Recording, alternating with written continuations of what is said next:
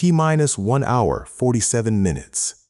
The electronic voice rolled through Laurent Dynamics like a judgment nobody could appeal. Beneath it came the hum of cooling systems, the murmur of headsets, and the restless clicking of cameras. Somewhere above Earth, 4 astronauts were breathing air that would not last until morning unless Aegis 1 reached them in time tonight.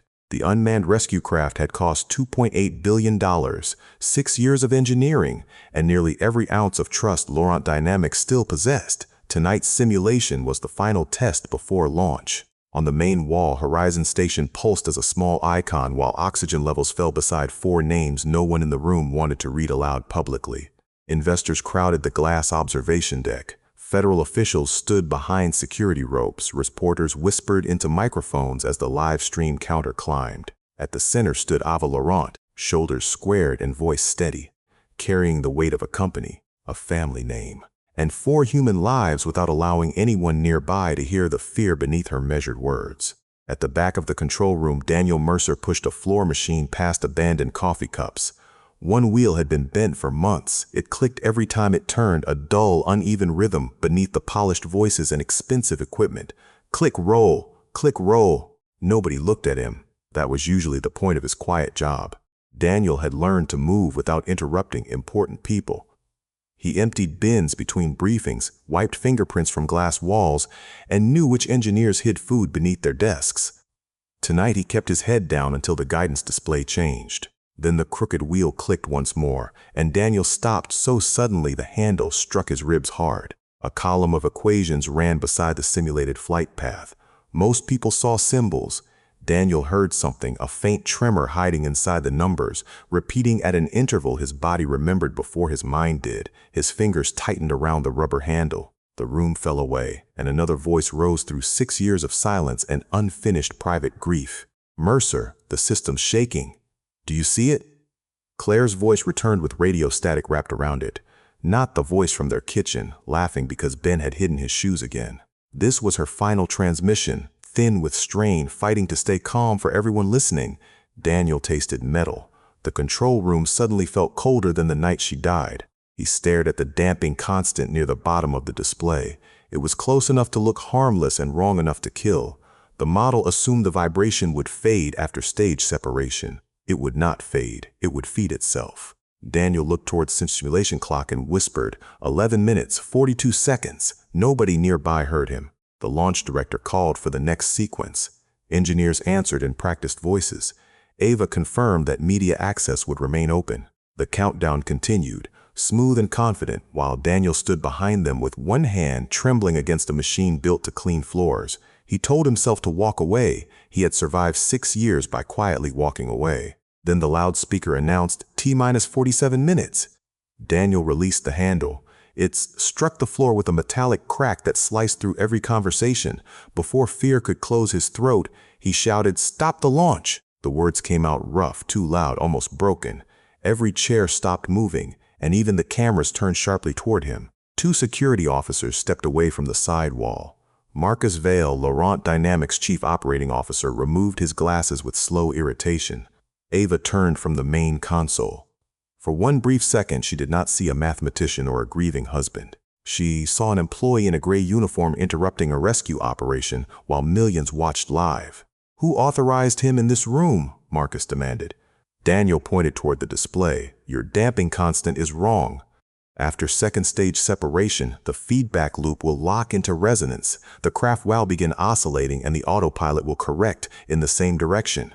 Every correction will make the next one worse." His voice shook. His explanation remained steady. Ava raised one hand, stopping security before they reached him. "Who are you?" Daniel glanced at the plastic badge clipped to his chest. Daniel Mercer sat beneath a contractor logo, smudged by cleaning solution. He swallowed and said, "I'm the man who cleans your floors." Nervous laughter escaped from the engineering row. Daniel heard every single sound. Marcus leaned toward Ava. He could have seen rehearsal data. He may be unstable. "Let security handle this." Ava's jaw tightened. She was not amused and she was not judging Daniel's uniform. 4 astronauts were losing oxygen. The world was watching. One accusation without proof could destroy the narrow launch window keeping those people alive. Ava faced Daniel again. "You're asking me to delay a rescue mission based on one glance at a screen?" Daniel shook his head. "Not delay it, fix it." she answered. You have no clearance, no place on the flight team, and no evidence. If I stop for every fear in this room, those people die waiting for certainty. Daniel flinched at the word fear because fear was exactly what lived inside him. The countdown tone had pulled sweat beneath his collar, and Claire's radio call pressed against his skull. Still, he forced himself to study the numbers. Let the simulation continue, he said. At 11 minutes 42 seconds after separation, lateral vibration will exceed tolerance. The room quieted in a different way. It was no longer surprise, it was attention. Ava searched Daniel's face for arrogance and found none. He looked like a man standing too close to a grave. Marcus gave a dismissive laugh. Wonderful. We wait 11 minutes, prove the janitor wrong, and return to the work of saving lives. Ava hated the spectacle forming around them, but stopping now would look like panic. She signaled the flight director. Continue the simulation, freeze every input log. Nobody changes a parameter. Then she turned to Daniel. If your prediction fails, security removes you immediately. Daniel nodded. That's fair. The countdown resumed, each electronic pulse tightening the room. Minutes passed through clipped voices and rising tension. 10 minutes. 11. Engineers watched the vehicle model instead of their own stations. Daniel closed his eyes and listened. Ventilation. Keyboards. Someone breathing too fast. The dry electronic pulse. At 11 minutes and 42 seconds, the first warning siren screamed, and the simulated craft began to shudder. Guidance lines snapped sideways. Red alarms multiplied as the oscillation doubled, corrected, then doubled again. Someone whispered, "That's impossible." Ava turned toward Daniel. He opened his eyes without triumph, only grief and something harder. Over the hammering alarms, he said, "That was only a simulation. Launch the real craft and the 4 people on horizon won't get a second chance." The alarm continued screaming while the simulated Aegis 1 spun across the wall display. Engineers shouted over one another, calling out failed corrections and rising torque. Ava lifted both hands. "Freeze the simulation, lock out every log." Her voice cut through the chaos, but not through the questions already pouring from the press gallery behind the glass. A reporter pressed against the barrier. "Miss Laurent, how did a janitor predict this before your flight team?" Another asked whether the launch was still safe. Investors demanded answers through open microphones. The live stream comments moved too fast to read. Laurent Dynamics was not merely losing control of a simulation, it was losing control of the story. Marcus Vail stepped forward before Ava could respond. "This proves nothing," he said. "Mr. Mercer works inside this building. He could have overheard a rehearsal, seen restricted data, or interfered with the system himself." The accusation traveled through the room faster than the alarm. The implication landed. Security shifted closer to Daniel, and several cameras followed their movement. Daniel did not defend himself immediately. His hands still shook beside the fallen floor machine handle. The red warning tone had become Claire's voice in his head, stretched thin by static. Ava watched him carefully. He did not look victorious. He looked sick. That unsettled her more than arrogance would have, because grief was harder to dismiss than pride. "Did you access our systems?" Ava asked. Daniel met her eyes. "No," Marcus laughed once. "A convenient answer, sir." Daniel pointed toward the frozen guidance trace. "The failure was already inside your model. I only recognized the pattern." Ava heard the crowd react to one word, recognized. It suggested history, knowledge, and a danger larger than one mistaken constant. The head of flight mathematics, Dr. Elias Ward, approached Ava and lowered his voice. "We need 20 minutes to audit the simulation." "We do not have 20 minutes," she replied. The real launch window was narrowing, Horizon's oxygen was falling, and every second of uncertainty now belonged to millions of viewers. Ava needed facts, not another public argument. She turned toward Ward. "Bring up the most difficult stability problem in the current guidance model, one that has never appeared in a rehearsal, briefing, or public display." Ward hesitated. "That material is proprietary." Ava looked at the cameras. "So is our credibility." Marcus opened his mouth to object, but she had already made the decision. A clean equation appeared on the auxiliary screen, dense with coupled oscillations, delayed feedback terms, and boundary conditions spanning 3 flight phases. Even several senior engineers leaned forward to read it. Ward explained that the problem tested whether Aegis 1 could recover after simultaneous disturbances during stage separation, orbital insertion, and autonomous docking. It tested architecture, not speed or memory. Ava faced Daniel. Her expression remained controlled, but anger and fear pressed against every word. $10 million. Prove one fatal flaw in that equation before the clock reaches zero. A 10-minute timer appeared above the board. Fail, and you tell the cameras you disrupted a rescue operation without evidence. Then you leave the facility. No appeals, no second chance. The room reacted with a low, shocked murmur. Daniel looked at the equation, then at Ava. The cameras stay on? She understood the question. He was not asking for attention. He was asking for a record. Every camera stays on, she said. The whole world will see exactly what happens. Daniel nodded. Then give me a marker. The marker squeaked when it touched the whiteboard. That small sound opened a door Daniel had kept locked for 6 years. He heard an old refrigerator humming in a cramped kitchen, Claire breathing softly down the hall, and 8-year-old Ben turning in his sleep while Daniel covered grocery receipts with equations because notebooks cost money they needed elsewhere. He did not rush. First, he copied the boundary conditions and asked Ward which variables were measured and which were assumed. Ward answered reluctantly. Daniel circled 3 delay terms, then drew arrows between them. Your model treats these disturbances as separate events, he said. But after stage separation, they overlap. The second correction begins before the first one finishes. Ward frowned. The damping routine should cancel that overlap. Daniel shook his head. Only if the feedback arrives symmetrically. It does not. He rewrote the response function, breaking it into 2 time-dependent parts. The room's impatience slowly changed into concentration. Daniel was not performing a trick. He was building an argument anyone qualified could test. At 6 minutes remaining, Dr. Maya Chen stood from the guidance row. She was younger than most department leads and had spent 3 years studying the company's internal methods. That substitution isn't in our documentation, she said. Marcus snapped. Then it's wrong. Maya did not look at him. She watched Daniel's hand. No, it's just not ours. Daniel wrote a new transformation across the center of the board. The marker squealed through the final bracket. Maya stepped closer, her face tightening with recognition. Mercer Stability Transform, she whispered. Ward turned sharply. The name had appeared once in an archived conference abstract attached to a research program that vanished after a fatal test flight investigation 6 years earlier. The timer dropped below 3 minutes. Daniel applied the transform to the guidance equation and exposed the hidden assumption. The system believed repeated vibrations would naturally cancel.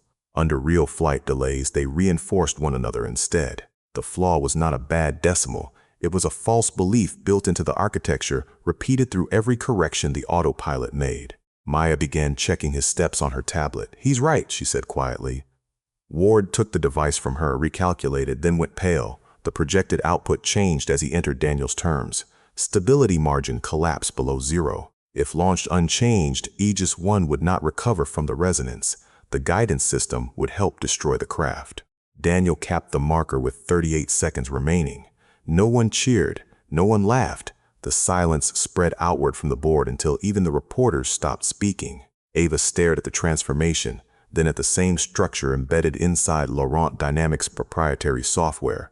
For several seconds, the woman who always had an answer could not find one. Marcus broke the silence. He stole it. That is the only explanation. Search his locker, his home, every device he owns. Daniel placed the marker on the tray. I didn't steal that formula. Ava finally turned toward him. Her voice had lost its public sharpness. Then how do you know a method buried inside my company's system? Daniel looked directly at her, and the room seemed to narrow around them. Because I wrote it.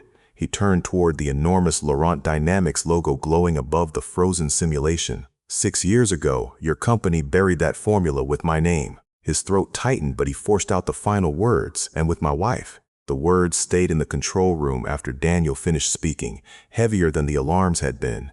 Ava looked from him to the frozen equation, then toward the cameras still feeding the moment to the world. Cut the public audio, she ordered. Lock down the building. Nobody enters, nobody leaves, and every system log is preserved without room for appeal. Security doors sealed with a deep mechanical thud. Reporters shouted behind the glass as their microphones went dead. Investors crowded the exits, demanding explanations. Marcus objected immediately, calling the lockdown reckless with a rescue launch still pending. Ava ignored him. Run Daniel Mercer's full identity, she told corporate security. Employment, education, contracts, everything. Start now. Go beyond the payroll records. The first result appeared within minutes. Daniel Mercer, 42, night custodian employed through North Star Facility Services. 8 months on site, clean background check. No disciplinary reports, no security access above maintenance corridors. Ava almost felt relief until the analyst opened an older database and found a second record hidden beneath a dissolved company's archive inside a database marked historically restricted. Dr. Daniel Mercer had once been a senior research mathematician at Asterion Aeronautics, a subcontractor that developed autonomous guidance algorithms for Laurent Dynamics. His specialties included orbital stability, nonlinear feedback, and emergency correction systems. 6 years earlier, Asterion had been shut down after the Helios 6 test disaster. Daniel's name appeared throughout the investigation before vanishing from public record entirely. Then the casualty report opened. 1 fatality. Claire Mercer, 36, test pilot. Ava read the name twice. Behind her, the ventilation system hummed with sterile indifference. Daniel stood beneath the Laurent Dynamics logo in his cleaning uniform, his face emptied of everything except exhaustion. For the first time, Ava understood that he had not walked into her company by accident. She dismissed everyone except Marcus, Maya Chin, Daniel, and 2 security officers. "Why are you here at all?" she asked. "Of all the places you could work, why clean floors in the company connected to your wife's death?" Daniel glanced toward the abandoned floor machine. Its crooked wheel settled with one last click. "Because the health insurance covers my son."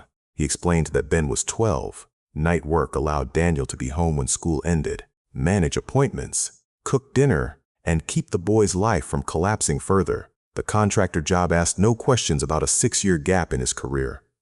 "I didn't come here to sabotage anything," Daniel said. "I came because being useful felt safer than being known." Ava studied him. "And the rest of the truth?" Daniel's jaw tightened. He looked towards the sealed corridor leading deeper into Laurent Dynamics. Maybe some part of me wanted to stay close to the place where the truth disappeared. He did not sound proud of it, not revenge. Just distance small enough that I could pretend I hadn't given up. Ava opened a secure payment screen. "You won the challenge. I authorized $10 million and I will honor it." Daniel did not look at the amount. No, Marcus gave a sharp laugh, but Daniel kept his eyes on Ava. "I don't need your money until I know whether you're paying for the equation or paying me to stay quiet." The accusation struck Ava harder than she expected. In the Laurent family, money had always arrived before apology, settlement before confession, compensation before anyone admitted harm. Her father called it protecting the company. Ava had called it responsibility. Hearing Daniel name it as silence made the practice sound exactly as ugly as it had always been beneath its polished language. "I am not buying you," she said softly. Daniel answered, "Then don't rush to make the problem disappear." The two of them held each other's gaze until Maya cleared her throat beside the console. "The simulation logs are ready," she said. "If we want to know whether Mr. Mercer predicted a random defect or something older, we should start there." Maya carefully loaded the failure sequence while Daniel stood beside her. He asked for the raw guidance calls rather than the visual summary. She hesitated, then expanded the code. Daniel followed each function slowly, listening to the soft keyboard taps. He stopped at a routine labeled Adaptive Stabilization Update. "Open the substructure," he said. Maya did, and her breathing changed. The routine used an old architecture built around staggered feedback windows and hidden parameter overrides. Maya frowned. Nobody writes guidance code this way anymore. Daniel leaned closer, not touching the screen. Asterion did. He traced the logic aloud, step by step. "This is Helios-era structure. Not copied exactly, but close enough to carry the same weakness from an earlier generation." Marcus moved between them and the monitor. "That conclusion is speculative, and the code is classified." Ava told him to step aside. He refused. "We have 4 people running out of oxygen. Every minute spent reopening a closed investigation reduces their chance of rescue." His argument was not false, which made it more dangerous. The launch window was still shrinking. Ava looked toward the main clock. She could feel every second pressing against her decision. Then she faced Marcus this fully. "If Helios code is inside Aegis 1, the old investigation is no longer closed." Marcus warned that the board would hold her responsible for exposing proprietary systems to an unauthorized contractor. Ava replied, "Then tell the board I authorized it." It was the first time she had publicly chosen Daniel's warning over Marcus's certainty. Daniel noticed, but trust did not arrive with gratitude. Maya continued tracing the code and found a reference number linked to an offline archive. The archive required founder-level clearance. Marcus said the file had been sealed by legal order. Ava entered her executive credentials without hesitation. The system directed them to a physical evidence vault beneath the east wing. They crossed silent corridors under emergency lighting, escorted by security. Daniel heard the uneven click of his abandoned floor machine fading in memory, replaced by fuzz heels and the soft buzz of locked doors opening one after another. Each sound carried them deeper into 6 buried years. Inside the vault stood a steel cabinet marked Helios 6 Restricted. Cold air pressed against them. Ava pressed her palm to the scanner. The lock released with a heavy internal snap. On the middle shelf lay a single file, its cover faded at the corners. Daniel stopped breathing for a moment. Maya whispered, "Your name is on the index tab." Ava carried the file to a metal table and opened it. The first pages contained technical warnings signed by Daniel, unstable oscillation patterns, inconsistent flight data, and a written request for additional testing before clearance. His language was cautious but unmistakable. Someone had known. Someone had recorded it, yet the official summary later described the accident to outsiders as unforeseeable. Then Ava reached the final approval page. Beneath the typed words, "Flight system cleared for tests at Daniel Mercer," signature. She placed the red file in front of him and pointed to the ink. "You said my company buried your warning." Her voice fell to a whisper. "Then why were you the man who allowed your wife to take off?" Daniel did not answer Ava's question. The red file remained open between them, his signature resting beneath the clearance line like a wound that had learned to keep bleeding in silence. Before he could speak, his phone vibrated against the metal table. The school nurse's name filled the screen, and every other fear inside him disappeared at once. Ben had been surrounded after first period. Some students called Daniel a genius. Others said he was a saboteur who wanted the rescue mission to fail. A classmate played the viral clip of Ava challenging the janitor mathematician at full volume. By the time a teacher reached him, Ben was on the floor, fighting for air. Daniel was already moving when security blocked the vault door. Because he had become part of an internal investigation, Laurent Dynamics would not allow him to leave unescorted. Ava made the decision before Marcus could object. "Use of sedan," she ordered. "I'm going with him." Daniel looked at her once, then walked past without thanks. The ride to Ben's school passed beneath the steady hum of reinforced glass and tires on wet pavement. Daniel sat forward, one hand gripping his phone, listening to the nurse repeat that Ben was stable. Ava sat beside him in silence. Between them lay the question about his signature, unanswered and growing heavier with every mile. At the school, Daniel found Ben in the nurse's office, curled forward with an inhaler in one fist. Daniel dropped to his knees, checked the dosage counter, and pressed 2 fingers lightly against his son's wrist. "Look at me," he said. "Remember the paper airplane over Lake Michigan? Breathe like it's gliding. Slow down, let it float." Ben's breathing hitched, then gradually followed Daniel's voice. Daniel counted with him, never rushing, never looking away. When the boy finally drew a full breath, Daniel whispered, "I'm sorry I wasn't here sooner." Ben closed his eyes. "You were busy becoming famous." The words were bitter, but his fingers still clung to Daniel's sleeve for reassurance. Ava stood near the doorway, suddenly uncertain where to place her hands. She had seen Daniel confront an entire control room without flinching. Here, one frightened child reduced him to apology and tenderness. There was no performance in his voice, no audience to impress. He was simply a father terrified that being late had cost his son something precious. Ben noticed her. "Who is she?" Daniel hesitated. Ava answered herself. "Ava Laurent." Ben's expression hardened. "The CEO," she nodded. He looked from her to his father. "Your company took my mom. Now you want to take my dad too?" The nurse inhaled softly. Ava did not defend herself. "No," she said, "but I understand why you'd think that." Security insisted they return to a controlled location, so Daniel took Ben home while Ava remained with them. The apartment was small, warm, and filled with ordinary sounds. Pipes knocking behind the wall, a refrigerator cycling on, traffic brushing past outside. On the kitchen counter sat unpaid bills beside a bowl of apples and Ben's half-finished homework. Ava noticed several storage boxes stacked beneath the window. One had split at the corner, revealing notebooks filled with equations. Daniel closed the flap with his foot. Ben said those were Dad's. Daniel corrected him. "They are old work." Ava asked how long they had been boxed. 6 years, Ben answered before Daniel could stop him. Ben changed the subject by pulling a brochure from his backpack. The junior aviation program had accepted him for a weekend training course. "I was going to tell you tonight," he said. Daniel read the first line and pushed it back. "You're not going." Ben stared at him. "You didn't even read the schedule." "I don't need to." The argument rose quickly because it had been waiting for years. Ben accused Daniel of checking every school bus route, every field trip, every weather alert. Daniel said caution was not control. Ben's chair scraped across the floor. You don't protect me. You build walls and call them love. The words landed harder than anything Marcus had said. Daniel's voice dropped. Your mother died in a flight test.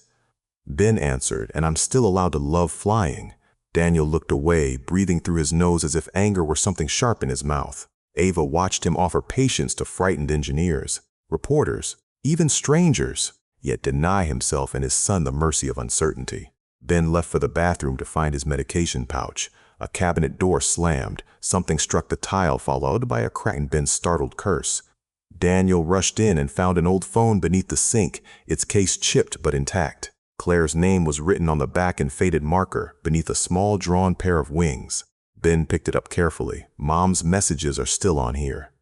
Daniel went still. He had preserved the phone through 3 moves, 2 broken chargers, and every bad night he refused to name. Ben said he sometimes played the harmless recordings, the grocery reminders, the jokes, the one where Claire whistled while burning pancakes and blamed the smoke alarm. Then Ben mentioned something Daniel had never heard. She said there were 2 sets of numbers on her last flight. Daniel's face changed. Ben continued, one set on her screen, another set the system was using. She said it fast. Near the end, Daniel took the phone. I never heard that. Ben looked confused. You always stop before that part. The truth was simple and humiliating. Daniel had listened to Claire's final message dozens of times, but only until her voice began to shake. He always stopped before the last minute, protecting himself from whatever came next. Ava understood because she had avoided her father's final coherent voicemail for almost a year after his stroke that night. While Daniel searched for a compatible charger, Ava noticed Ben's model airplane on the table. One landing wheel hung loose, clicking each time the table moved. She found a tiny screwdriver in a kitchen drawer and tightened the axle without announcing it. Daniel returned in time to see her test the wheel once, then set the plane down quietly. He said nothing. Neither did she, yet something shifted between them, not trust, not forgiveness, and certainly not love. It was the first evidence Daniel had seen that Ava Laurent could do something kind when no camera watched and no reputation benefited. The repaired wheel rolled smoothly, making no sound at all across the scarred wooden table. The old phone finally powered on with a chime. Daniel selected Claire's last message and let it play beyond the point where he stopped. Static crackled. Claire coughed, breathed, then said, Dan, something doesn't match. The numbers Marcus sent you aren't the numbers I'm seeing. The file dissolved into noise. Daniel looked at Ava. Marcus gave me different data. By early afternoon, Daniel was back inside Laurent Dynamics, though every television in the lobby now showed his face beneath words like genius, fraud, and saboteur. He ignored them. Before entering the control room, he gave Ava one condition. Maya stays with me, no Sumphreys, no filtered reports. I want the original data exactly as the system received it now. Ava agreed. Marcus objected immediately, warning that raw access could expose classified technology and open the company to federal penalties. Daniel did not argue with him. He simply looked at Ava and waited. She understood the choice buried beneath his silence. Either she trusted the process enough to risk what it revealed, or she admitted the investigation was only theater. Maya led them into a secure diagnostic bay beneath the main control floor. The room was colder, quieter, filled with surfer fans and the dry clicking of relays. Daniel listened as though the machines were speaking. On the wall, old and new guidance logs appeared side by side, thousands of timestamps stacked like footsteps crossing the same dark hallway.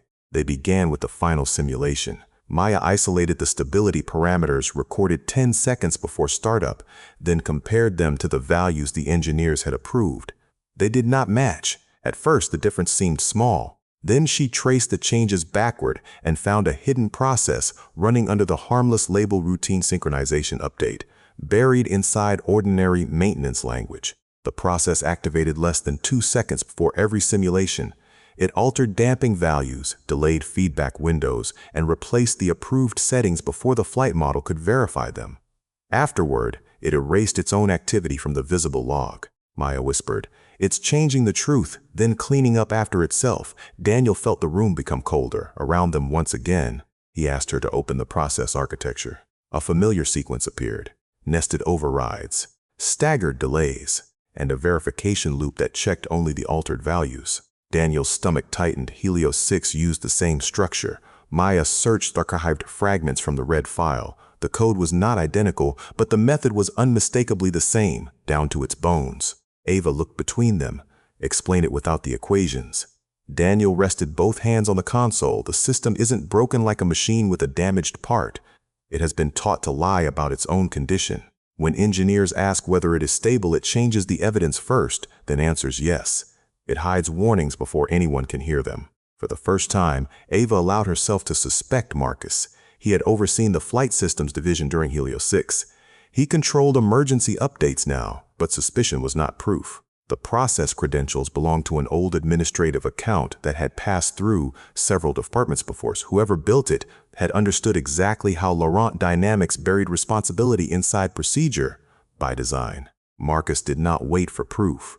Within an hour, Daniel's signed clearance page leaked to the press. News alerts claimed a disgraced former engineer had entered Laurent Dynamics under a false identity and manipulated a rescue mission to avenge his wife. The story was incomplete, emotionally simple, and devastatingly effective. Protesters began gathering beyond the security gates, before the cameras. The board called Ava through an encrypted channel. Directors spoke one after another, never raising their voices. Remove Daniel from the investigation, restore Marcus's authority, protect the launch. One member warned that refusing would trigger an emergency vote to suspend her as chief executive. Ava heard her father's favorite lesson beneath every polite sentence: save the institution first, at all. When the call ended, Ava returned to the diagnostic bay and found Daniel rewriting the hidden process on a whiteboard. The marker squeaked through the cold room. "Why didn't you publish the Mercer transform after the accident?" she asked. Even without Laurent, someone would have recognized what it was. Daniel stopped writing but did not turn around for several seconds. "Every time I look at it, I hear Claire asking whether I can see the shaking." His voice remained controlled until the last word. "The math kept working after she died. I didn't." He capped the marker and stared at the board. "People called it brilliant. To me, it sounded like her radio breaking apart, inside the same endless moment." Ava leaned against the console, her usual certainty gone. "My father left me a voicemail the morning he had his stroke," she said. "I listened to the first 8 seconds. He sounded afraid, which he never allowed himself to sound." Daniel looked at her. She continued, "I still haven't heard the rest. I tell myself silence protects what is left." "Why not?" he asked. Ava watched the server lights pulse. "Because I'm afraid he'll say something that makes me realize the man I admired never existed." Daniel understood too quickly. They were both avoiding voices from the past, not because those voices were gone, but because listening might destroy the stories that had kept them standing. Through one more day. Before either could say more, an emergency signal cut through every speaker. Static burst across the room, followed by the strained voice of Horizon's commander. Their oxygen recycling system had deteriorated faster than predicted. Backup canisters were leaking. The station no longer had 30 hours. It had 18, perhaps less, if another component failed. Before the next scheduled ground contact, the optimal launch window moved forward. Aegis 1 would need to leave within 90 minutes to reach Horizon before atmospheric drag forced a longer route. If Ava delayed, 4 astronauts would almost certainly suffocate. If she launched, a hidden process might transform the rescue craft into another Helios 6 before anyone could stop it, with no rescue arriving behind it. Marcus entered with the board's emergency order in hand. "The mission proceeds," he said. "We cannot sacrifice 4 living people to investigate 1 dead pilot." Daniel stepped toward him, anger tightening his voice. "That is how you justify it every time, isn't it? Reduce people to numbers, then call the loss acceptable, and expect the dead to remain politely silent." Ava ordered Marcus out of the diagnostic bay.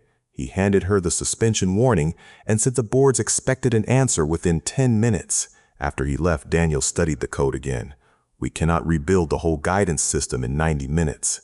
But we may be able to add a manual control layer that watches what the system hides now." Maya said they would need access below every administrative safeguard. Daniel nodded. "And someone must verify each change independently. No silent approvals, no single person controlling the truth." Ava looked toward Horizon's fading oxygen count, then opened the command authorization screen. Her hand hovered over the order to delay launch and grant Daniel unrestricted access. Before another life was gambled. Before she could sign, every monitor flashed red. The diagnostic bay lights dimmed as power redirected toward the launch complex. A mechanical voice filled the room. "Autonomous launch sequence initiated." Ava turned toward Marcus through the glass wall. He did not look surprised. Outside, Aegis One's engines began to ignite, with a roar that shook the floor beneath their feet. The floor bucked beneath them as Aegis One's engines climbed toward full thrust. Warning lights washed the diagnostic bay in red while Ava struck the command panel. Abort launch. Executive override Laurent Alpha. The system answered in a calm mechanical voice. Authorization denied. She tried again. The refusal returned, colder than the vibration moving through the walls around them now. Maya pulled up the access history. An emergency code had bypassed Ava's authority and locked every cancellation route. The credential belonged to the Office of the Founder, a division that no longer officially existed. Ava stared at the signature line. Her father's old seal sat beside a timestamp from 30 seconds earlier. Someone had revived authority inside the company. Marcus appeared on the central screen from primary control. Behind him, flight engineers shouted through the engine roar. "There is no save abort now," he said, shutting down after ignition could destroy the vehicle on the pad. Ava demanded the sequence be suspended. Marcus shook his head. "Miss this window and 4 astronauts die before another rescue can reach them." His words forced the room into the shape he wanted. Stop the launch and risk an explosion while abandoning Horizon. Continue and trust a guidance system trained to hide danger.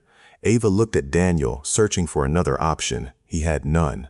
Outside, the final hold clamps released with a series of metallic blows that sounded like doors locking behind them. Aegis One rose. The engine thunder entered Daniel's chest before it reached his ears. Suddenly, he was 6 years younger, standing behind another console while Claire's test craft climbed through cloud. Static crackled in his memory. Her breathing sharpened. Mercer, the system shaking. The present disappeared beneath old alarms, and Daniel stood motionless, unable to answer either world at all. Ava called him once, but he did not react. She moved closer as the launch feed rattled every screen. Daniel, not Dr. Mercer, not Janitor, not the man who had humiliated her before millions. His name reached him through the roar. He blinked and found her standing there, frightened but steady, waiting for him to return to the room now. "I need you here," she said. Daniel swallowed against the taste of metal. He looked toward Maya, then the accelerating craft. Open telemetry channels. Compare commanded motion to actual motions. Do not trust the stability summary. Ava returned to the console. Whatever they believed about each other could wait. Aegis One had turned their conflict into a shared emergency tonight. For the first 7 minutes, the launch appeared flawless. Velocity climbed within tolerance. Stage 1 separated cleanly. News anchors outside declared a daring rescue underway. The crowd beyond the gates began cheering. Marcus addressed the press from control, insisting the successful ascent proved Daniel had exaggerated a harmless simulation defect to settle an old personal grievance against Laurent Dynamics publicly. Daniel barely heard him. He watched the lateral motion, not the flight graphic. A tiny deviation appeared after stage separation, then vanished beneath the smoothing filter. "There," he said. Maya leaned closer. Another deviation followed, slightly larger. Daniel began counting under his breath. "It will correct left, then right. The third correction will arrive too early, exactly as he predicted." The autopilot corrected left. Seconds later, it corrected right. Before the display changed, Daniel said, "Now the yaw rate doubles." It did. Maya's fingers froze above the keyboard. The first amber caution appeared, followed by 3 more. On the main screen, Aegis One began drifting away from its planned insertion corridor while the guidance system continued reporting recovery as normal. Marcus's voice came through the channel. "Minor transient. Maintain sequence." Daniel seized the microphone. "It is not transient. Your system is feeding each vibration back into the next one." Marcus ordered technicians to remove Daniel from the channel. Ava overrode him. "He stays." The words surprised everyone, including her, but she did not take them back in front of them. Maya projected the new trajectory. The line did not simply miss horizon. It curved through the station's orbital path at closing speed. Daniel calculated silently, then checked again because the answer was too terrible to trust once. "If guidance keeps correcting this way, Aegis One won't pass the station." His voice dropped. "It will hit it. Within 47 minutes now." The room absorbed that sentence in fragments. A rescue craft carrying oxygen, batteries, and repair equipment had become a $2.8 billion projectile. Horizon's commander came over the radio, asking why their approach vector had changed. Ava answered with controlled honesty. "We have a guidance anomaly. Move all the crew to the shielded module and prepare for emergency separation procedures. Do it." Daniel returned to the whiteboard. The marker squeaked as he reconstructed the unstable response from live telemetry. The Mercer transform can force the autopilot to recognize the resonance and search for a stable route, he said. Maya prepared the upload.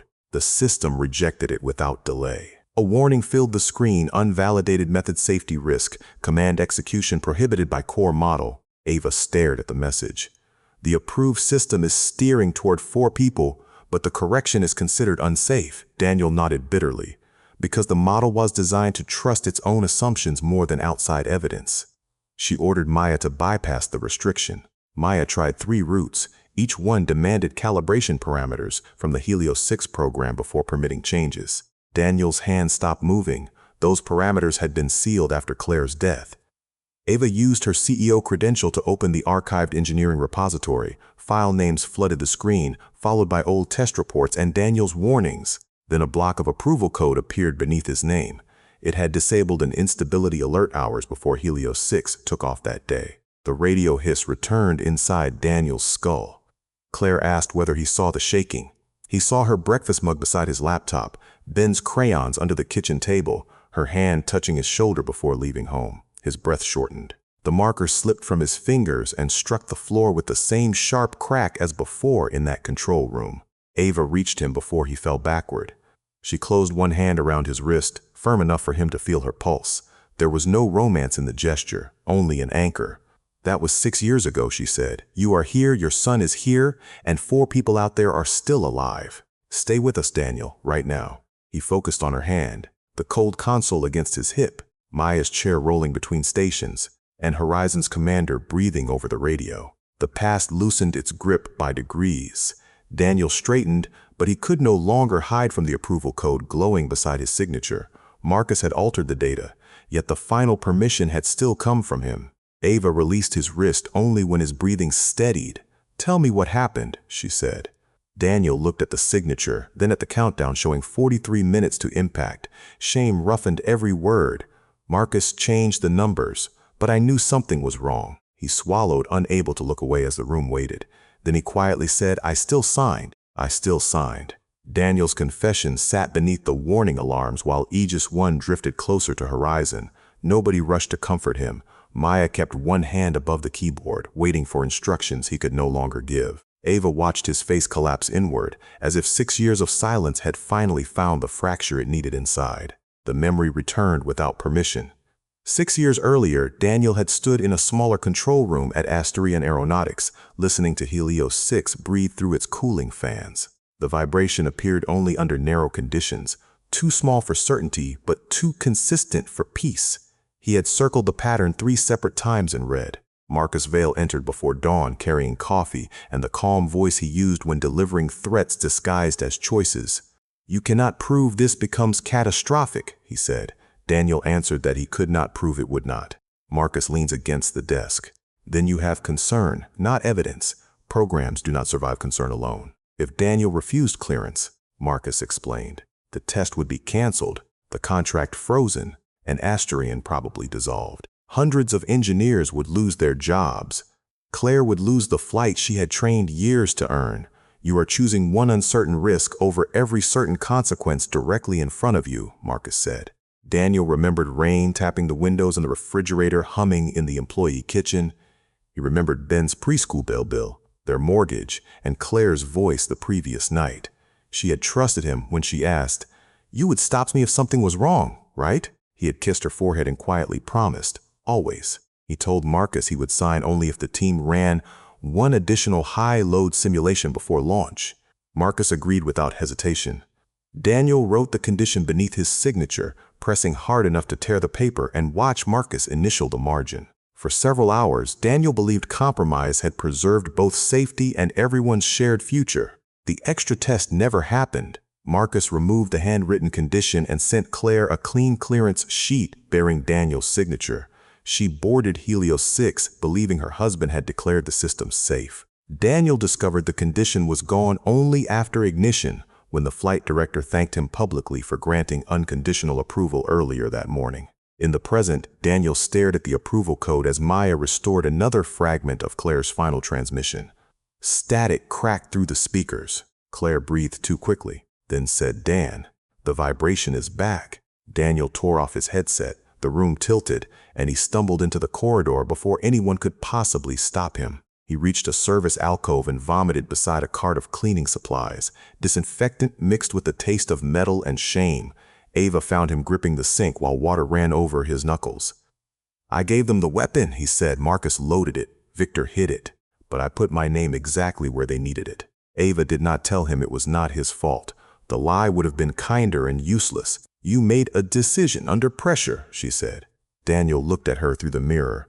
"Claire made her decision based on my word. She entered that cockpit because she believed I had stood where I was supposed to stand firmly." The impact clock dropped below 38 minutes. Maya called from the control room, but Daniel could not return. His hands would not stop shaking.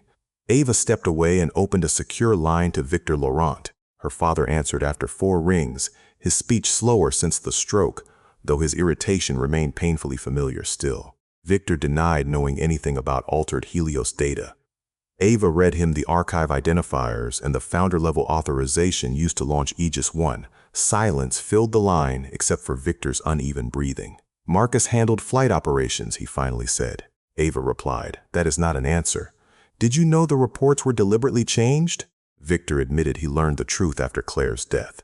Marcus showed him the original data and warned that disclosure would destroy Laurent Dynamics before its public offering. Investors would flee, contracts would collapse, and thousands could lose work. Victor had not ordered the falsification, but he approved sealing the records and quietly dissolving Asterion.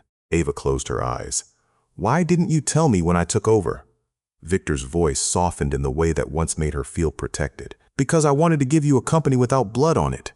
The old tenderness made his answer worse. Ava whispered, "You only placed my hands directly over it." Victor began crying quietly, hiding it behind a cough. He told Ava that Marcus had kept copies of the true flight data as insurance against the board and Victor himself.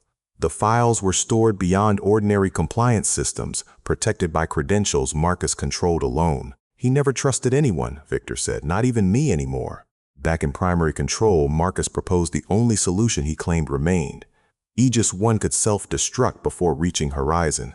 The explosion would occur far enough away to spare the station from debris. The 4 astronauts would survive the collision threat, but every oxygen tank battery and repair component aboard the rescue craft would disappear forever. Horizon had less than 18 hours of breathable air, and no second vehicle could arrive in time. Maya said the astronauts would arrive in Zyrnite only to suffocate the following morning. Marcus answered without changing his tone. "That is controlled loss. 4 deaths instead of a collision that could create a wider orbital disaster." The phrase moved through Ava like cold water, controlled loss. Marcus had probably used different language 6 years earlier, but the arithmetic was identical. 1 pilot against a company, 4 astronauts against a reputation. Human beings became acceptable figures whenever truth threatened power. Helios 6 had not been one terrible exception. It had been policy. Daniel returned to control, pale and unsteady. He heard Marcus's proposal and studied the self-destruct pathway. "You always make the dead sound reasonable before they die," he said. Marcus replied, "Leadership means choosing the loss you can survive." Daniel looked toward Horizon's 4 names. "Leadership means refusing to call people losses." Ava muted Marcus's channel and asked Victor where the hidden data was stored. He did not know. He only remembered Marcus calling the copies his life raft. Maya searched external authentication records while Aegis 1's trajectory worsened. Daniel tried rebuilding the correction model, but every line blurred beneath Claire's voice and his signature. The countdown reached 31 minutes. Daniel forced the marker across the board, yet the equations no longer connected in his mind. Ava heard Victor breathe on the open line, each breath rougher than the last. She wanted to end the call, but some instinct told her the worst truth had not yet been spoken. "Marcus changed the numbers," Victor said. His voice caught halfway through the sentence. Ava remained silent. Beyond the glass, Aegis 1's projected path bent closer to Horizon while the 4 crew names glowed beside a falling oxygen count. Victor swallowed, and his shame finally sounded older than the company he had built. "But I was the one who made sure nobody found them." The confession entered the control room through Ava's speaker, quiet enough that everyone leaned closer. Daniel lowered the marker. Maya stopped typing. For one second, even the countdown seemed distant because the man who built Laurent Dynamics had finally admitted what its survival had cost. Dawn arrived without sunlight inside Laurent Dynamics. The control room remained lit by screens, warning bars, and Horizon's shrinking oxygen count. Aegis 1 still drifted toward the station while the board assembled through encrypted video. Ava stood before 12 directors who looked less frightened by 4 endangered astronauts than by what the truth could do to their company that morning. The chairman spoke first. Their proposal was simple enough to sound reasonable. Laurent Dynamics would announce that Daniel entered the company under false pretenses, used old access knowledge, and sabotaged the guidance system because grief had made him unstable. The unauthorized launch would be blamed on his interference. Insurance and federal agreements would contain the financial damage for everyone involved. In return, Ava would remain chief executive. The board would fund another rescue attempt through a government partner, preserve thousands of jobs, and prevent panic in aerospace markets. If she exposed Helios 6, contracts would freeze, stock value would collapse, and families who had never touched the deception could lose homes, medical coverage, and retirement savings before the next payroll. Nobody called the plan honorable. They called it survivable. That made the choice harder. Ava knew the names of employees supporting disabled parents, children in college, and spouses fighting cancer. Telling the truth would punish people who had never altered a number. Protecting the lie would sacrifice Daniel while preserving the system that had already killed Claire without public accountability. Daniel heard the meeting through a channel Maya had forgotten to mute. By the time Ava returned, he was waiting beside the whiteboard, anger holding him upright where exhaustion could not. "You're going to choose the company," he said in bitter disbelief. "You'll give them my name, keep your title, and call the rest collateral damage, just like your father." Ava's restraint finally broke. "Do not make yourself innocent by making me guilty." Daniel stepped closer, but she did not retreat. "You signed because you were afraid of what saying no would cost. Now you demand that I make the choice you could not make, while pretending thousands of employees do not belong inside the painful human price of truth."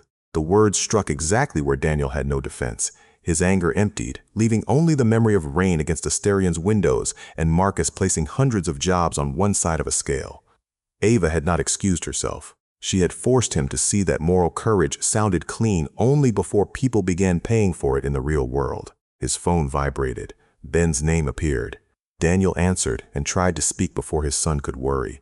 "Listen, the reports are wrong. I didn't cause—" Ben cut him off. "Dad, I don't need you to have never done anything wrong. I need you to stop running from what you did." Daniel closed his eyes and listened in silence at last. Ben's voice trembled, but he continued. "Mom loved the part of you that kept asking questions when everyone else wanted an easy answer. She wouldn't want you to use her death as permission to abandon everything she loved in you." Daniel pressed the phone against his forehead. His son was 12, yet speaking from the very place Daniel feared most. When the call ended, Ava was still there. Neither apologized.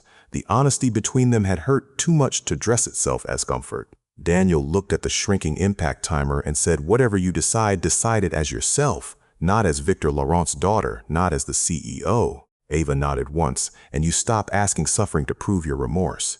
20 minutes later, Laurent Dynamics announced a live press conference that cold gray morning. Marcus and the board believed Ava had accepted their plan. Reporters filled the media hall while employees watched from every screen in the building. Ava approached the podium without notes. Behind her, the company logo glowed above a rescue mission still moving toward catastrophe in silence. She began with Helios 6. 6 years ago, Laurent Dynamics received evidence that its guidance architecture could become unstable under overlapping corrections, and no model could safely contain it. Marcus' expressions changed. Ava continued. That evidence was altered. The accident data was sealed. Elements of the same architecture were later used in Aegis 1, the vehicle now approaching Horizon Station. The room erupted with questions, but Ava kept speaking. She stated that Victor Laurent had approved the concealment after Claire Mercer's death. She confirmed that Daniel had signed the original clearance, but his written requirement for an additional safety test had been removed from the final record. She did not absolve him, and she did not offer him as sacrifice. Daniel Mercer made a failure of courage, as Ava said, her voice carrying through every floor. My father and this company turned that failure into a weapon, then buried the evidence from scrutiny. She announced that all Helios and Aegis records would be transferred immediately to federal investigators, independent engineers, and the families affected. Nothing would remain protected by executive privilege. The board chairman appeared on a side screen before Ava finished. He called an emergency vote immediately. One by one, directors approved her suspension as chief executive, citing reckless disclosure and danger to shareholders. Ava listened without protest. Her access badge went dark against her jacket. Across the control room, Marcus received full operational authority with a single electronic chime. Security officers approached the podium. Ava stepped away without resisting in front of everyone. Daniel watched through the live feed as the title she had spent her life defending vanished in less than a minute. She had not preserved every job. She had not saved the company. She had only refused to purchase survival with another person's name and pain. They brought her through primary control on the way to a secured office. She stopped beside Daniel as guards waited in silence. Aegis 1's trajectory still curved toward horizon. "Do not save my company," she said. Then she looked at the 4 astronaut names and the oxygen figure beside them. "Save them." Her voice held no command now, only trust.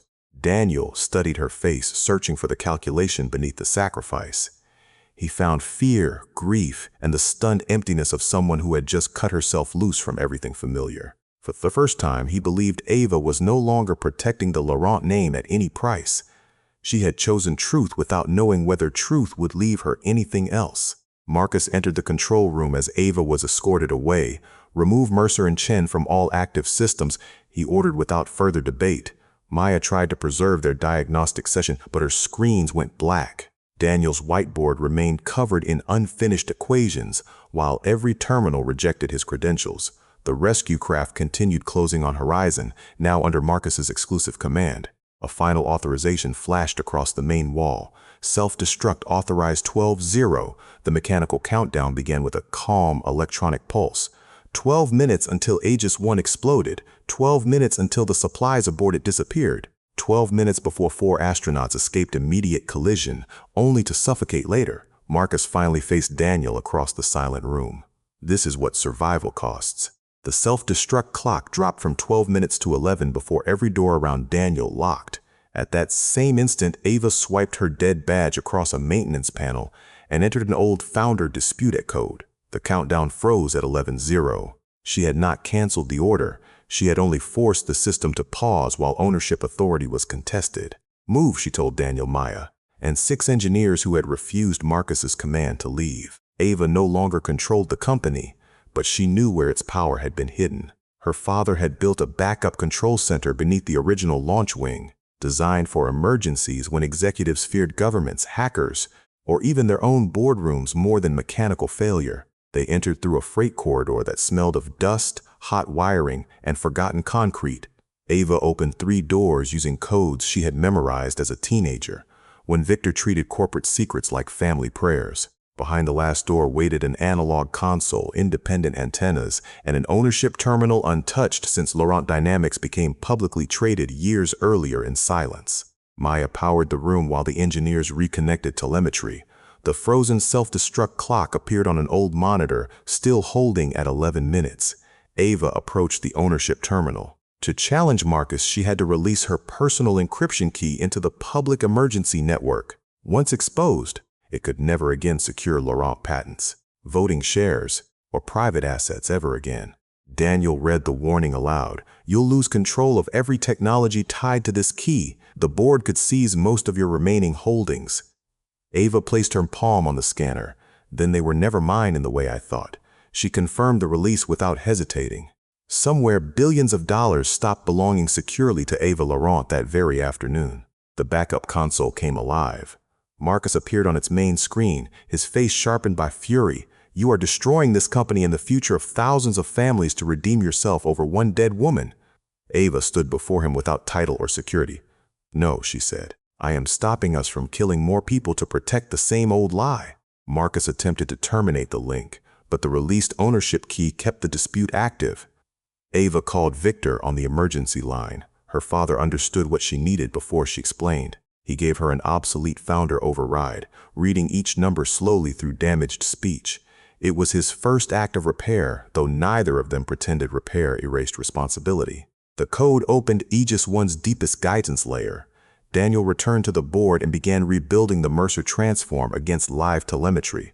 The marker squeaked, paused, then moved again, yet the final structure would not close. One variable remained undefined, a correction term Daniel had removed after Helios 6 because its uncertainty could amplify failure instead of safely containing it.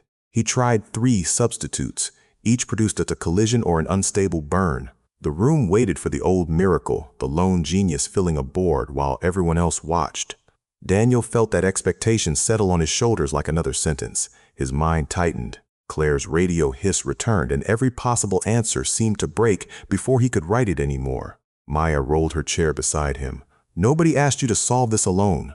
Daniel stared at the unfinished equation. "My name is on the transform." Maya shook her head. "That is part of the problem. You treated talent like something you had to carry by yourself. Give us pieces. Let us be wrong together until someone finds what works today." The engineers moved closer instead of waiting. One took thermal drift.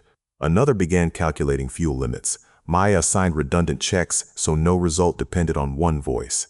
Ava tracked authority pathways and Marcus's attempted interruptions. Daniel listened to people question him without fear and slowly understood how different Helios might have been if anyone had refused to stand alone again. His phone chimed with a message from Ben. Attached was an audio file labeled "Mom Restored Final." Ben explained that a school technology counselor had helped recover the damaged section from an old cloud backup linked to Claire's phone. Daniel's thumb hovered above the file. For 6 years, silence had protected him from words he feared he could not survive. Ava sat beside him on the concrete step beneath the console. She did not tell him to play it. She did not say Claire would forgive him because neither of them knew that. Around them, keyboards clicked and server fans breathed. Daniel pressed the screen. Claire's voice arrived through static uneven, alive enough to make his chest ache once more. She coughed first, then muttered that Ben had probably hidden his socks beneath the sofa again. A tired laugh escaped her. Daniel covered his mouth. Claire drew a careful breath. "You were wrong to sign, Dan. I'm angry with you." The sentence cut cleanly because it offered no innocence, no easy rescue, and no rewritten past in the final recording. Then her voice softened without becoming sentimental. "But don't turn one mistake into a life sentence. If I don't come home, raise our boy with love, not fear." Static swallowed several words. Claire added, "He needs his father alive, not only breathing." The recording ended with a small click, leaving Daniel inside the silence he had avoided for so long. He bent forward and finally cried. Not the controlled tears of a man being watched, but grief that shook his shoulders and stole his breath. Claire had known he failed her. She had been angry. Yet she had still believed his life could contain something beyond punishment. Her forgiveness was not declared. Her faith in his future was still enough. Ava remained beside him without touching him. She understood that comfort offered too quickly could become another form of control. Daniel cried until the room's sounds returned one by one. Maya's keyboard, the fans, an engineer reading fuel numbers. Then he reached sideways, found Ava's hand, and held it because he chose not to be alone anymore in that moment. She closed her fingers around his without speaking. Nothing between them erased Claire, the company's crimes, or the wounds they had given each other. The gesture promised only presence. Across the room, Maya called that the undefined variable could be divided into independent ranges, allowing the team to test several correction paths at once rather than trusting one dangerous estimate. Daniel released Ava's hand and stood. He studied the board again. The missing term no longer looked like proof of his failure. It looked like work that could be shared. He divided the equation into sections, assigned each range, and asked every engineer to challenge his assumptions. For the first time, disagreement sounded less like danger and more like protection. Marcus broke through the ownership dispute. The frozen display flashed, and the self-destruct countdown resumed at 11:0. Daniel picked up the marker as the electronic pulse began again. "I cannot solve this alone," he said, looking at Maya, Ava, and the waiting engineers. "So this time we will not let anyone stand alone in this room, not ever again." The self-destruct clock resumed at 11 minutes, each electronic pulse striking the backup control room like a hammer. Horizon's commander spoke through static, reporting falling oxygen pressure. Keyboards rattled. Maya's chair rolled between stations. Daniel's marker squeaked across the board while his breathing struggled to match the shrinking red numbers above them without mercy in the room. "Divide the correction ranges," Daniel said. "Nobody verifies their own work." Maya calculated the alternate approach corridor. 2 engineers carefully modeled fuel loss. Another checked thermal stress. Ava traced the authority tree Marcus controlled, searching for a path beneath it. Victor remained on speaker, reading obsolete founder codes through breath damaged by his stroke from home. Daniel rebuilt the Mercer transform in sections instead of guarding it as his private burden. Every result returned through another person's hands. When an engineer challenged one assumption, Daniel listened for once rather than defending himself. The disputed term proved wrong. 6 years earlier, fear had silenced doubt. Tonight, doubt became the tool keeping 4 people alive. At 8 minutes, Maya found a survivable route beneath Horizon's orbital plane. It required a short reverse burn, then a narrow climb behind the station. The fuel margin was less than 3%. Daniel checked her work and handed it to 2 other engineers. Both reached the same answer independently under pressure. Use it, he said. Ava found the governance flaw. Marcus's emergency authority overrode operational commands, but it could not overrule a verified founder safety dispute signed by 2 ownership keys. Victor still possessed one. Ava had released the other publicly. Together, their ruined authority could open a single upload window, lasting only 90 seconds that evening before closing permanently again. Victor began reading his confirmation sequence. His voice faltered on the 6th number. Ava did not comfort him or call him Dad. She repeated the digit and made him continue clearly. Redemption was not warmth. It was doing the necessary thing while knowing no act tonight could repay Claire, Daniel, or the families deceived by the company. The countdown reached 6 minutes. Daniel stared at the live vibration stream and finally saw the system's deepest failure all along. It had been designed to smooth away small warnings so executives would see stability. Every uncomfortable signal was averaged, delayed, or erased. The guidance system had learned Laurent Dynamics' oldest habit: silence whatever threatened the desired story. That is the real error, Daniel said. Not one constant. The system was built to protect confidence instead of truth.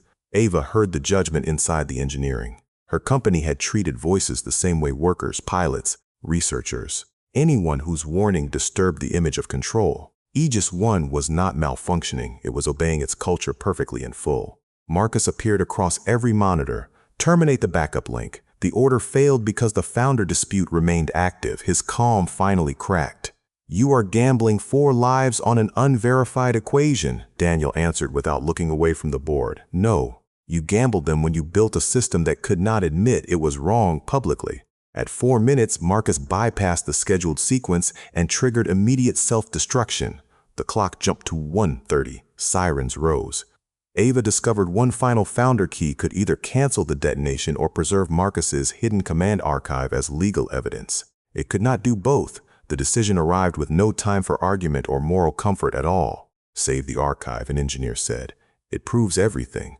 Ava looked at Horizon's 4 names, then she entered the key into the detonation channel. Marcus's command history began deleting itself as the explosive circuit unlocked. She watched years of evidence disappear and said, living people do not become evidence we sacrifice for justice here again today. Maya said nothing.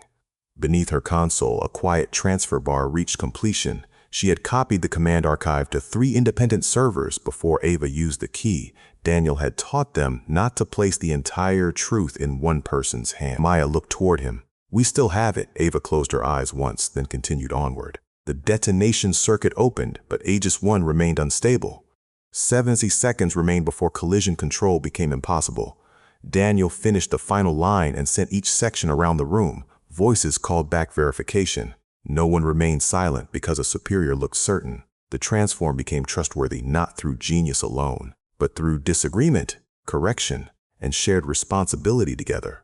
Upload window open, Ava said. Maya transmitted the transform and alternate route. For several seconds, Aegis 1 gave no response. The vibration graph continued climbing. Horizon's commander asked whether they should evacuate the shielded module. Ava looked at Daniel. Will it work? He listened to the warning tones, then answered with painful honesty in his voice alone. Mathematics does not promise to save us, Daniel said.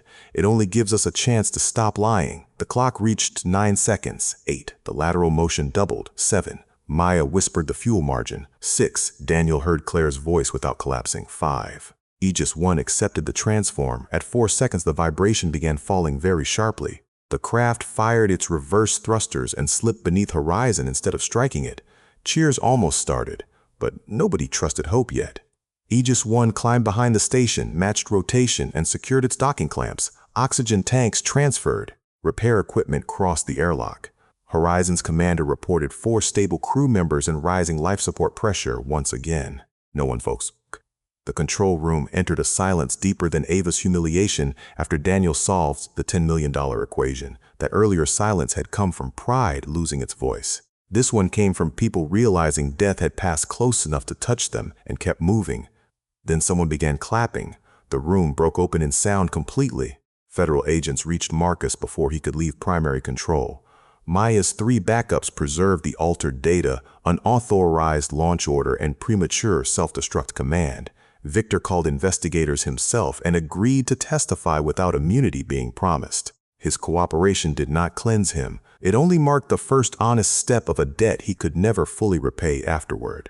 Before the remaining cameras, Ava confirmed Daniel had won the $10 million wager. She gave him a binding legal agreement, not a theatrical check. Daniel accepted $2 million for Ben's education, housing, and future security. The remaining $8 million established a fund for researchers, engineers, and workers forced to abandon education because survival came first in life. Accepting the money did not diminish his dignity. Poverty was not proof of moral purity, and Daniel no longer confused suffering with goodness. He named the future fund later, after Claire, but that night he signed only one condition. Every safety warning supported by the fund would be independently preserved beyond the control of any employer forever. Long after agents, reporters, and engineers left, Daniel and Ava stood in the quiet control room. She apologized for humiliating him and for believing power allowed her to decide who deserved attention.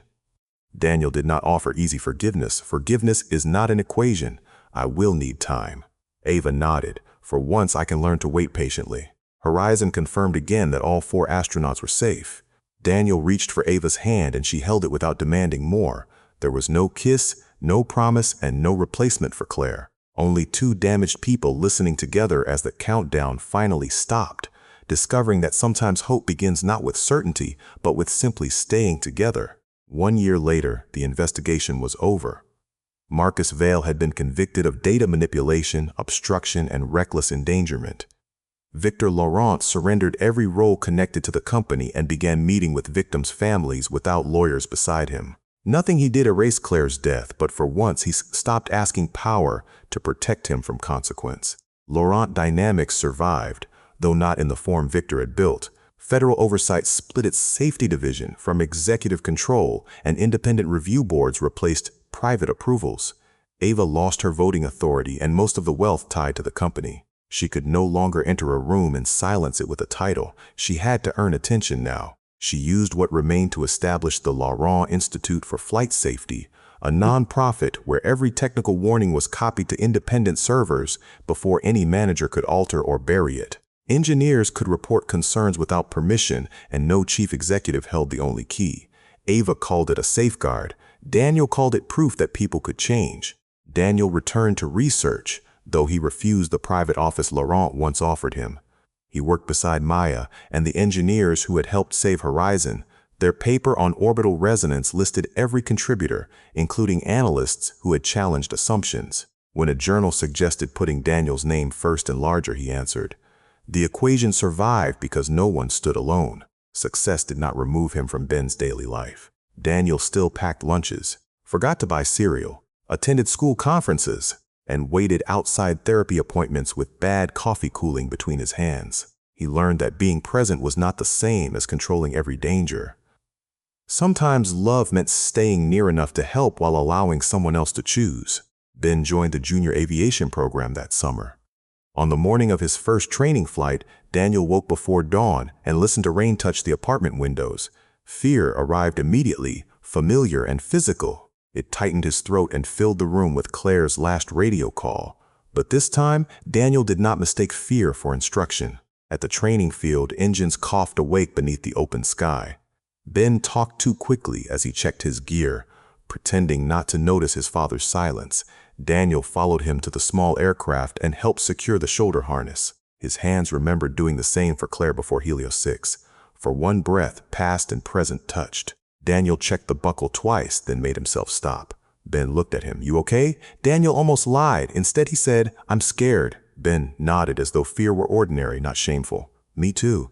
Daniel smiled. Then we'll both be scared and you'll still fly. Ben's answering laugh sounded so much like Claire that Daniel's eyes filled.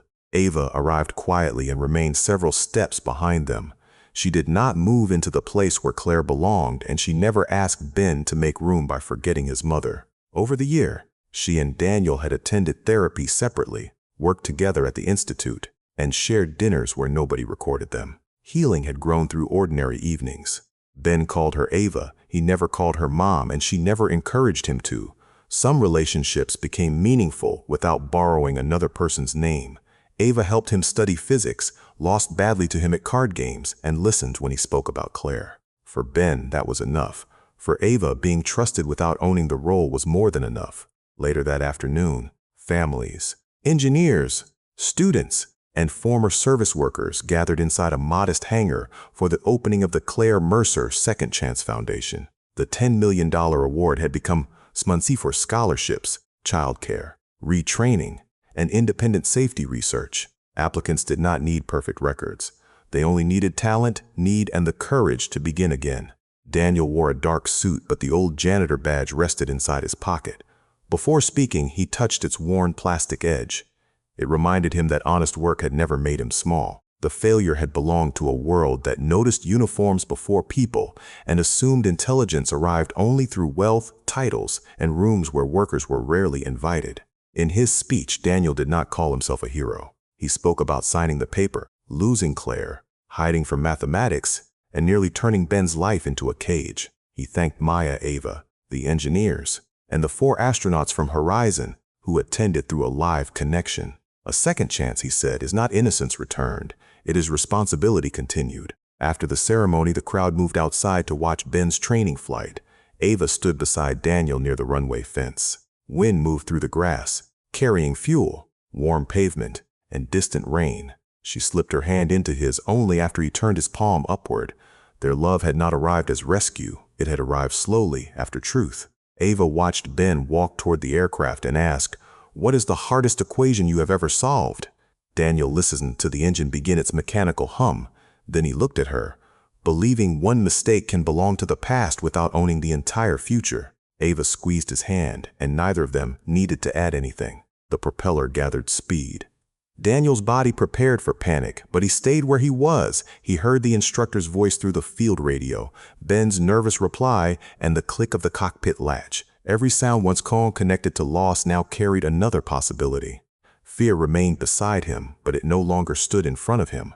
The aircraft rolled forward and lifted from the runway. Daniel tightened his fingers around Ava's hand as Ben climbed into the open morning. He did not ask the plane to return immediately. He did not close his eyes. He watched until the small engine settled into a steady rhythm and pride slowly became louder than the memory of alarms. As the aircraft moved farther away, Claire's message tone sounded once inside Daniel's memory. Her voice returned. Gentle and imperfect, raise our boy with love, not fear. Daniel breathed in, then let the memory pass without chasing it. The engine faded into the distance. Ava remained beside him. Ben kept flying, and after that there was only wind. I keep thinking about what Daniel learned. One mistake can be part of your story without becoming the ending of it. We may not be able to change what happened yesterday, but we can choose honesty, courage, and love in what we do next. Sometimes, a second chance begins the moment we stop punishing ourselves and start taking responsibility. Have you ever been underestimated because of your job, your past, or the circumstances you came from? Or have you witnessed someone find the courage to rebuild after a painful mistake? Share your story in the comments. I would truly love to read it. And tell us where you are watching from today. If this story touched your heart, please share it with someone who may need its message. Subscribe to the channel for more powerful stories about love, healing, justice, and second chances. Thank you for staying with Daniel, Ava, and Ben until the very end, and thank you for watching.